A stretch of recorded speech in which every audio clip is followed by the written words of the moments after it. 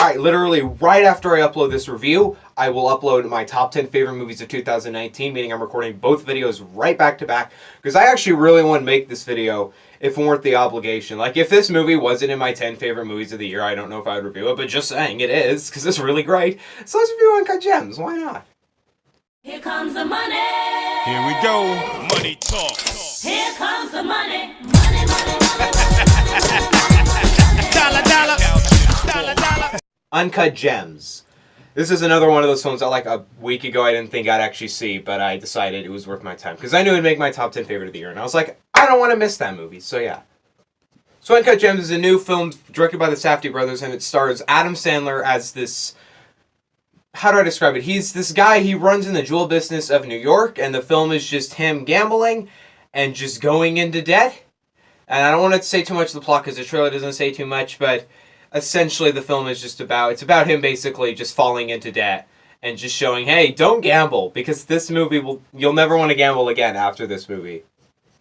Let's get the obvious out of the way. Adam Sandler is incredible in this movie. Easily one of my 5 favorite performances of the year. He kills it. He is like, he has the same energy. I believed him a lot as this character. He gave a lot of very convincing just like scenes where he seemed mad or excited. He just brought this character out. And this is not an inherently likable character, but what makes this film work so well on the character standpoint of this main character is that when you're watching his life, you're just thinking, nothing's going to go right for this guy. You know that from the beginning. When you see the way he acts, you're like, well, this guy... Like, the opening scene, or not the opening scene, like, just when you first see him, you just think, okay, no, this guy is not going to go well. So just the entire time, you're rooting for him, you want him to win, but you know he's not going to win, because he keeps gambling, and he keeps doing really stupid decisions, because he keeps thinking, well, maybe that'll happen, and he keeps doing it, and he just keeps falling and falling and falling and falling, and he's just, like...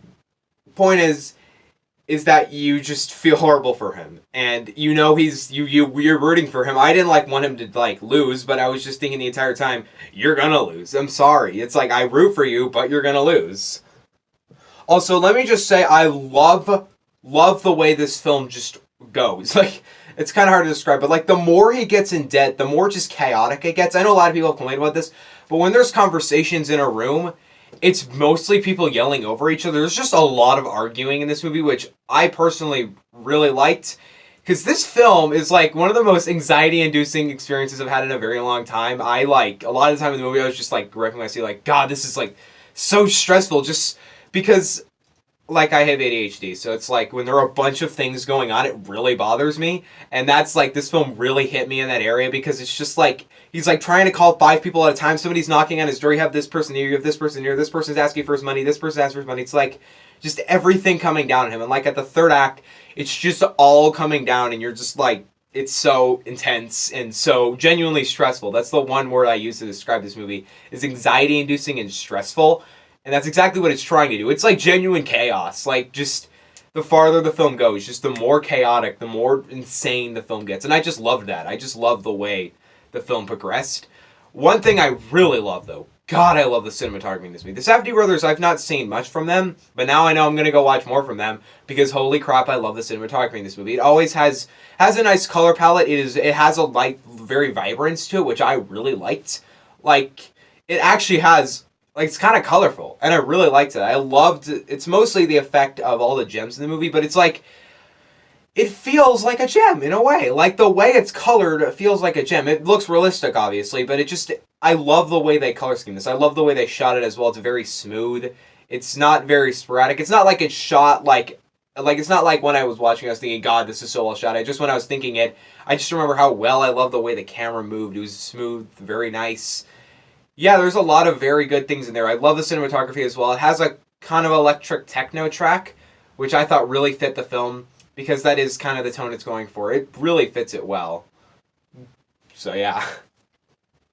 Also, here's another thing. A lot of time in fights in the movie, you don't really get the effect of somebody actually punching you in the face. Because, first of all, that freaking hurts. I've never had it happen to me, but I know that really hurts. And there's a scene in this movie where he gets punched in the nose, and you just, hear this crack, and, when you think it, it's not just, you hear the sound of it, and you're like, oh, haha, he got punched in the face, or, oh, he got punched in the face. When you think, oh, my God, damage was done there. That is just good filmmaking right there, honestly. Safdie brothers, the good filmmaking.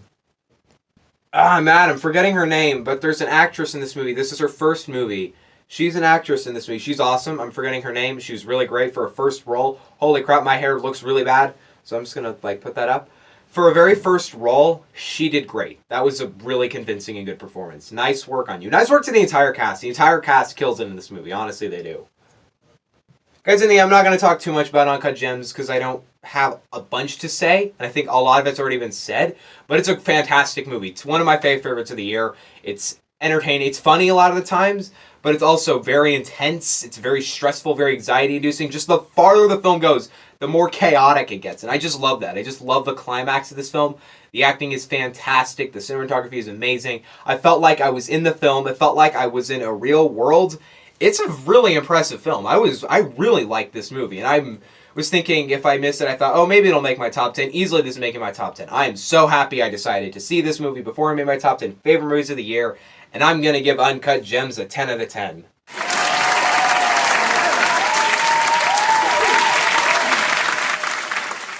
Man, another one. There are 11 this year. I'm not going to say any more. You can just go watch the top 10 best in that uploads, and then you can see the rest of my 10 out of 10s this year. See you guys next time. Bye.